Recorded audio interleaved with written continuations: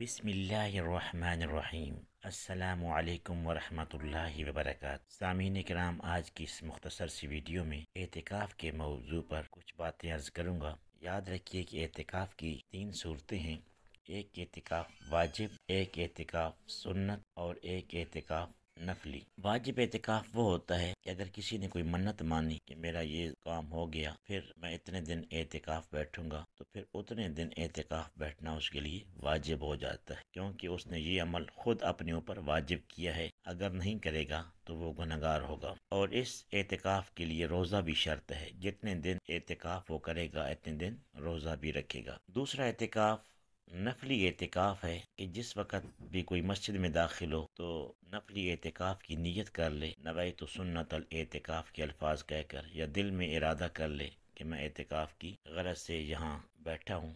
تو جتنی دیر تک وہ مسجد میں رہے گا، نمازیں پڑھے گا، اللہ کا ذکر کرے گا، قرآن کریم کی تلاوت کرے گا، تسبیح و تحلیل کرے گا، نیکی کا کوئی بھی کام کرے گا، جس وقت تک وہ مسجد میں رہے گا اس کو اعتکاف کا ثواب ملتا رہے گا، اور جو ہی وہ مسجد سے باہر نکلے گا اس کا اعتکاف ختم ہو جائے گا۔ اس اعتکاف کے لیے روزہ بھی شرط نہیں ہے۔ تیسرا اعتکاف سنت موقدہ ہے، اور سنت موقدہ علی الکفایہ ہے۔ یہ ماہ سیام کے آخری اشرا میں ہوتا ہے۔ نبی کریم صلی اللہ علیہ وآلہ وسلم ہر ماہ رمضان میں آخری اشرا میں اعتکاف فرمایا کرتے تھے۔ معتکف کے لیے ضروری ہے کہ وہ اعتکاف کے دوران نہ مریض کی عیادت کرے نہ جنازہ میں حاضر ہو۔ نبی کریم صلی اللہ علیہ وآلہ وسلم نے فرمایا، حضرت ابن عباس رضی اللہ تعالی عنہما حدیث کے راوی ہیں، ابن ماجہ کی حدیث ہے کہ معتکف گناہوں سے باز رہتا ہے اور نیکیوں سے اسے اس قدر ثواب ملتا ہے جیسے اس نے تمام نیکیاں کر لی، یعنی ان نیکیوں کا بھی ثواب اسے ملتا ہے جو اعتکاف کے دوران وہ نہیں کر سکتا۔ مثلا اعتکاف کے دوران کسی کے گھر جا کر وہ بیمار پرسی نہیں کر سکتا، وہ جنازہ میں شریک نہیں ہو سکتا، لیکن اس کی عادت تھی کہ اعتکاف کے بغیر وہ لوگوں کی بیمار پرسی کرتا، جنازہ میں شریک ہوتا۔ تو اب اعتکاف کی وجہ سے وہ ان کاموں میں شریک نہیں ہو سکتا، تو اللہ تعالیٰ اس کے نام اعمال میں ان نیکیوں کا ثواب بھی لکھ دیتا ہے۔ اسی طرح بیہقی میں امام حسین سے مروی ہے کہ نبی کریم صلی اللہ علیہ وآلہ وسلم نے فرمایا، جس نے رمضان میں 10 دنوں کا اعتکاف کیا تو وہ ایسا ہے جیسے اس نے 2 حج اور 2 عمرے کیے۔ تو مسجد میں اللہ کے لیے نیت کے ساتھ ٹھہرنا اعتکاف ہے، اور اس کے لیے مسلمان عاقل اور جنابت حیض و نفاس سے پاک ہونا شرط ہے، بلوغت شرط نہیں ہے۔ یعنی سمجھدار بچہ بھی جو بلوغت کی حد تک نہیں بھی پہنچا وہ اعتکاف کر سکتا ہے۔ اگر سنت موقدہ والا اعتکاف یعنی ماہ سیام کا آخری عشرے والا اعتکاف کوئی بھی نہیں کرے گا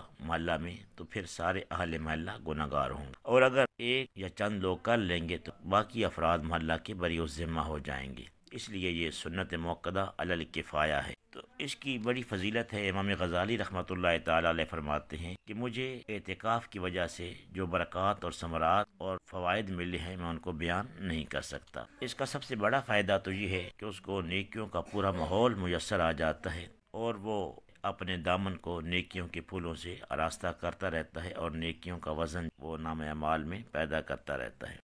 نبی کریم صلی اللہ علیہ وآلہ وسلم ایک دفعہ اعتکاف نہیں بیٹھ سکے تو دوسرے سال آپ نے 20 دنوں کا اعتکاف فرمایا۔ اگر یہ اعتکاف ٹوٹ گیا تو پھر اس کی قضا جو ہے وہ لازم ہوگی۔ اس کے لیے کچھ پابندیاں بھی ہیں کہ بلا وجہ وہ مسجد سے باہر نہیں نکل سکتا، صرف طبعی حاجت مثلا پیشاب پاخانہ کے لیے اور وضو کے لیے، اور اگر غسل واجب ہے تو اس کے لیے وہ نکل سکتا ہے۔ اس کے علاوہ شرعی حاجت سے مراد مثلا اگر اس مسجد میں جمعہ نہیں ہوتا تو پھر جمعہ کی ادائیگی کے لیے جامع مسجد میں جا سکتا ہے، اور بہتر ہے کہ سنت نوافل اپنی اعتکاف والی مسجد میں ادا کرے اور جمعہ کے فرائض کی ادائیگی کے لیے وہ جامع مسجد میں جائے۔ راستے میں کسی سے بات چیت اور فضول گفتگو نہ کرے، ٹھہرے بھی نہیں کسی کے پاس، کیونکہ بلا وجہ اگر کسی کے ساتھ ٹھہرے گا، گفتگو کرے گا، بے شک جائز گفتگو ہی کیوں نہ ہو، کیونکہ اعتکاف کا عمل جاری ہے تو اس کا اعتکاف جو ہے فاسد ہو جائے گا۔